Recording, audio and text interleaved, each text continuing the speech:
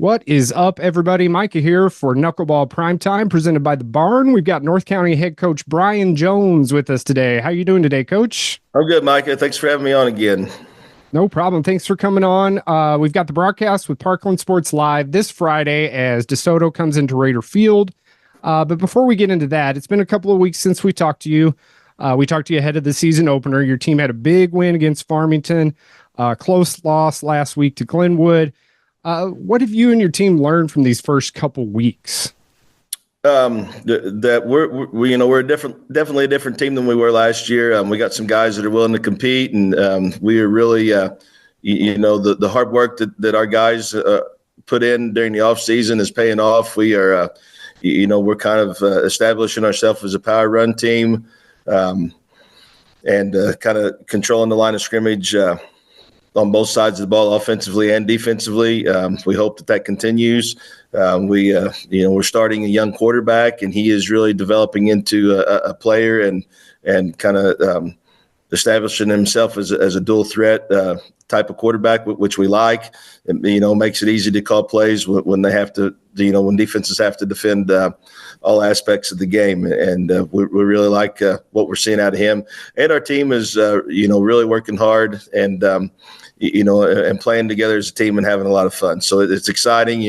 We opened the season with Farmington even back when you guys were in school, that rivalry and how important it is to get wins against them. And so we got off on a good start, and then we played a really good Glenwood team last week and went down to the wire, and maybe, might not have, I might have got a little too conservative in my play calling there at the end of the game. And then we had didn't quite have the kids prepared to defend the last play. We got wrapped up in trying to stop another play, and we let them complete a screen pass on us for a big gain that set up their go-ahead touchdown. So, glad we competed.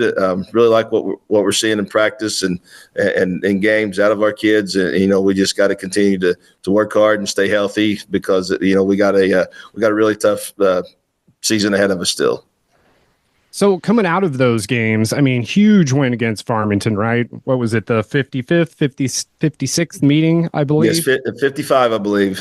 So how big was that win? What was the locker room like afterwards? What was the pulse at the practices coming out of that? How big was that win against Farmington? Well, we really had good practices last week. Let's talk about that first. Labor Day. So, Labor Day, we had a morning walkthrough and then watch film and try to turn the kids loose in time to get to the parades and whatnot. And then Tuesday, our sub-varsity guys, our young guys, they played a sub-varsity game against Farmington, which normally would be Monday. So we had a short week. So we really had an important Wednesday and Thursday practice. Thursday probably went a little longer than normal, but our kids really, they were prepared and ready to play when we walked off the field from Thursday's practice. And then, as far as the win afterwards, sure, they were excited. They always are. Wins are exciting. And then when you put a lot of work in to win, beating a team and then that hard work pays off, there's some satisfaction there for sure. So through these first two games, what do you feel has gone really well? And maybe what are some opportunities to take away based on what you planned through summer and camp, and now that you've got these first two games, starting to learn more about your team? So what's gone really well? What have you been really pleased with? And maybe what are some things that you still have to work on?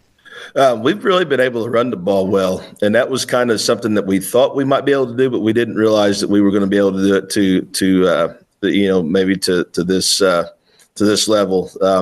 We really have some guys that work hard at the line of scrimmage on both sides of the ball. And, when that happens offensively, it really sets the tone for our offense, and it really gives our running backs opportunities to run through nice gaps. And then defensively, when you can control the line of scrimmage with our big guys up front, and it allows our linebackers to be free and make plays, which is kind of what we like to do in our defense. We like to keep those guys free, and so they're able to make plays. What we still have to work on a little bit, I think we're we're still evolving in both aspects of offensively and defensively. I think we still got some things we want to do.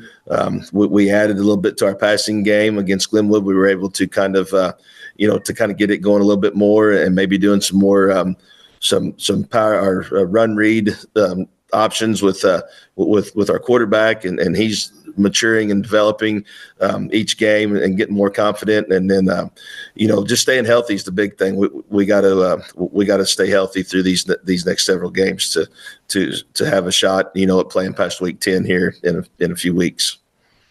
You mentioned Brady McClure is your starting sophomore quarterback. Let's talk about him real quick. I think when we came into the season, a lot of unknown, right? Hadn't had a big taste of varsity play, starting at this level.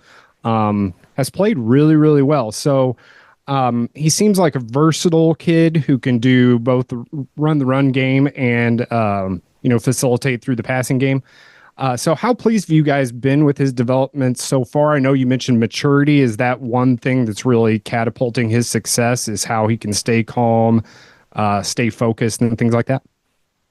Yeah, he's been I don't want to say he's been a surprise, because we kind of expected him to be this kind of player. I don't know that we expected him to carry the ball as much as he had. I certainly, in our Farmington game, he really established himself as a run quarterback. So that was not exactly the game plan, but at the same time, it was, we always try to take what the defenses give us, and they were giving us a couple of things, and they couldn't stop him. So we just continued with it. And then, like you said, this week, he really proved that he can, he's an accurate passer as well. He studies the game. He really does. He studies the game. He asks good questions. He has a lot of accountability. Our team, and we have several veteran skill guys that are playing with a 10th grade quarterback on Friday nights, and our team really rallied around him from the get-go. There was never ever any question as who our quarterback was going to be, and I think having the support of your teammates and having the encouragement of your teammates, I think that has really helped him, in his confidence, and just under being able to settle into the role of being our field general for sure. Yeah, he's been awesome so far, and nothing but growth ahead. How you mentioned support system around him. Who's kind of stepped up, and how has the leadership looked like, both in the locker room, at practice, and on the field? Do you got a group of seniors kind of leading the way that's helping your team along? Yeah, we have our captains this year, all seniors, but we have a lot of guys that aren't captains that are also leaders, and that people look up to. And this is a really tight knit group of guys, and I didn't really know just how close they were until we got going into our season. And I've talked about this before in other interviews, but our locker room atmosphere is completely different than it was a year ago, and it's just it's refreshing. There's not a lot of tension in there. There's not any there's not any conflict.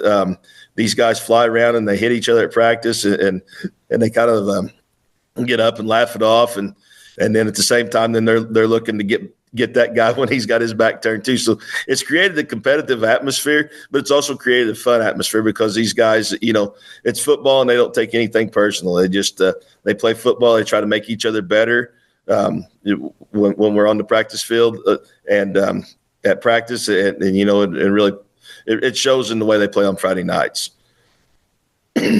Let's get into DeSoto. So 1-1. This is the first district game of the season for both schools. Both teams come in at 1-1. So as we start district play, it's a little bit different level, little different awareness, I suppose. So what do you know about Coach Schmidt and his DeSoto Dragons?